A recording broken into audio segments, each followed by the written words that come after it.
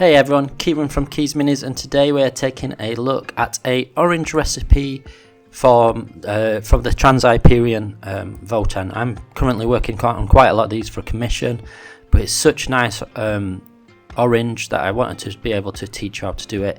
So I'm working from this on a primed model on a convict orange colour forge that I primed this with, but I have worked it and used it on black as well using AK deep orange. It's such a lovely orange, a little bit of water to thin it down, and you're gonna get by doing it over this convict orange you'll take about 2 layers. Over a black, if you're thinning it down, 3 or 4, 5 to get a good coverage, especially if you're working more in glaze consistencies like I tend to do with some models. But it's such a lovely orange, this one. I really highly recommend it. It's such a nice colour to add into your range. It's so vibrant and it looks so good once done.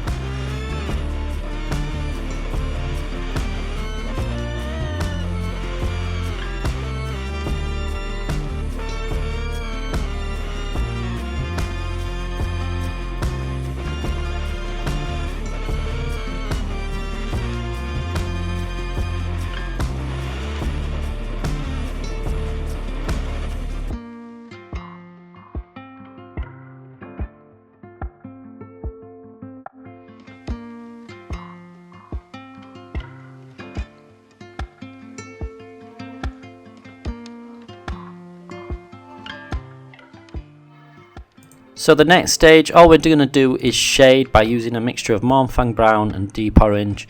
This is just like a light shade. I'm going to work around the panels at first, but we're going to add a deeper shade in anyway, so it doesn't have to be a perfect mix. But working, obviously, because I'm doing it on a Pioneer model here, there's rivets as well for you to shade in, or exhaust vents.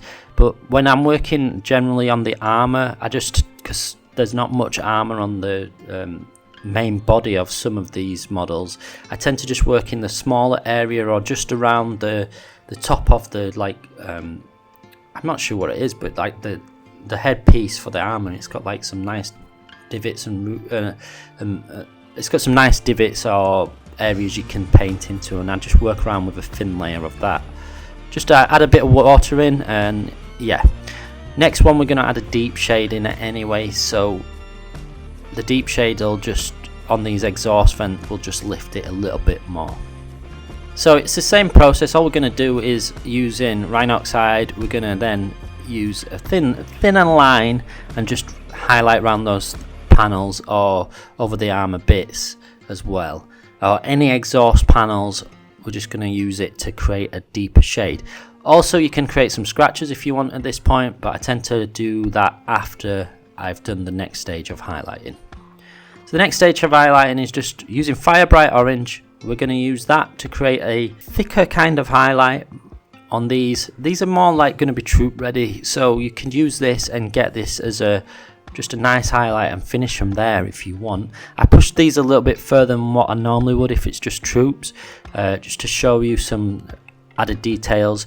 But thin your paint down a little bit, because we're going to do more edge highlighting, but you don't need to thin it completely. With a little bit of water, and just wipe the excess off on your film or your finger, or if you use some paper towel, and then just work around the edges. Some really nice edges on these Pioneer models, even though they've got some curves, so it forces you to use some of your brush control as well. There's some nice areas to hit some edge highlight practice on them on the, like, I'm not sure what they're called, these parts, these like wheel areas.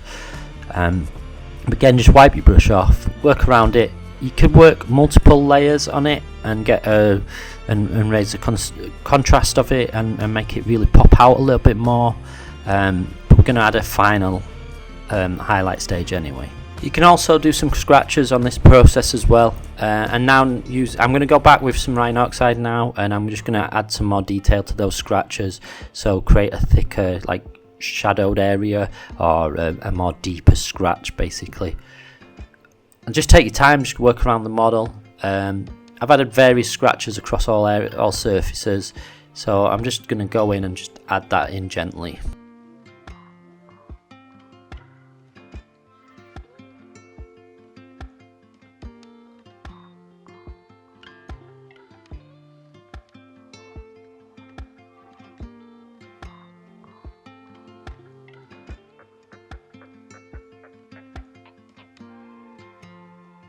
Now I'm just going to create a final highlight, and all it is with a mixture of Wraith Bone and the Fire Bright Orange. You could mix the Ushanti Brown as well. I sometimes use that if this is a bit too bright, but I'm basically just going to work around the corners and just hit the corners wherever there's like a little corner or any raised area more towards the light. I'm just going to add a final touch of a highlight. So really thin your paint. You don't need to really thin your paint down here, sorry. But make sure you get the excess wiped off your brush and just take your time with some nice smooth lines to create that final highlight. You try and work in between the area of a thicker highlight you've just created with that Fire Bright Orange.